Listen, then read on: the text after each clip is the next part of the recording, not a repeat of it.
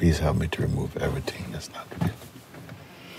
And I say, actually, there's only one thing to remove that's not real.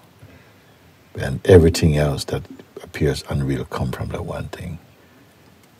And it's the identifying of the self with a limited sense of personhood. The sense, I am this person. If you see the unreality of that, all the other unrealities which are produced inside that and connected to that, all that will not bother you. Just one thing. Only one thing to see through and to remove its influence. And that is the identity. I am this person. This is a personal life. And the proof that that one is seen. And if this one is also seen, like this same one's world, and attention and intention and memory and identity is all seen along with the one we take to be ourselves is seen, then they all share the same unreality, that they are just produced, the product of thinking, the thinking mind. That one's true self is that in which these, including the one we presently and so often imagine ourselves to be, the one who is saying, even please help me to be free from the mind and all realities, that one itself and its unrealities are the same.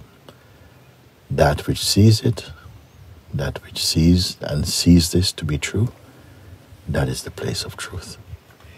And there's nothing to remove there.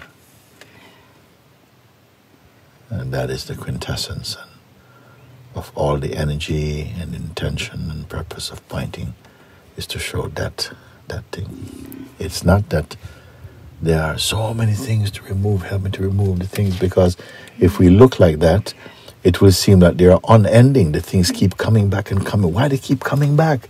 I try so hard, they keep coming back. And I said, they keep coming back. At one time, the one you are regarding as yourself, it was important for that identity to grow towards less identity and to grow towards loving God and appreciating the opportunity that life brings to discover God. But at a certain point you even outgrow this one also. The one who is growing is also itself outgrown. And when it's outgrown, what it means, that it itself becomes something that can be left. It becomes old and forgotten. And what remains here is that which never grows old, which is timeless. And this is the single thing. If I had to put my teachings in a nutshell, what I'm pointing to in a simple nutshell, it is just what I'm sharing now. It's just what I'm sharing now. You are already the best thing in the world. And the best thing beyond the world. You're already this. We are already that. In the essence of ourselves. And I don't put the essence as being somewhere deep or far away, and we almost have to try hard to get there. This we who are trying to get there is itself dreamed inside the one who is not dreaming. We just, that pointing has to be recognized experientially and verified in the heart that after all, that is so, it is true. And thereafter all the illusions find their proper position. You are that self. It is not even a belief. It is the fact of your experience. But it can take a human being a very, very, very long time. A human being, the self in his theatrical performance, the world being the stage, and the consciousness taking on the persona of the body and the personal identity, and playing the drama called, help me to overcome the world which has become troublesome for me. So that's towards the end of the play is that one is waking up to the fact that, yes, I've been dreaming all these things that I thought were real, and all my suffering was also inside my dream. And now I'm coming to see, my gosh. So what is going to change then? Simply what I thought was terrifying and horrible, I just dreamed it.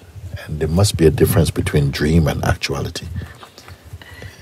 Does dream mean that we don't feel it? Yes, you feel it. We suffer it, but through the mind and through, just like we can imagine something and become frightened and terrified and so on. Yet the thing is not real. In the same way, our identity as a person is made up and it's not real.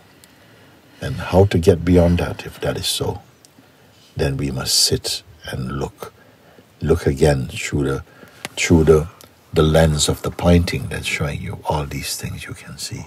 Everything that you can see only appeared in front of you, and they disappear in front of you. And even the one who you've been saying, who we've been calling ourselves, this intimate sense of personhood with its nerve center in this feeling, I am this person, I am this body. And that also is an experience. It is experiencing its own projections, but it itself is experienced and seen in the great space. This is the truth.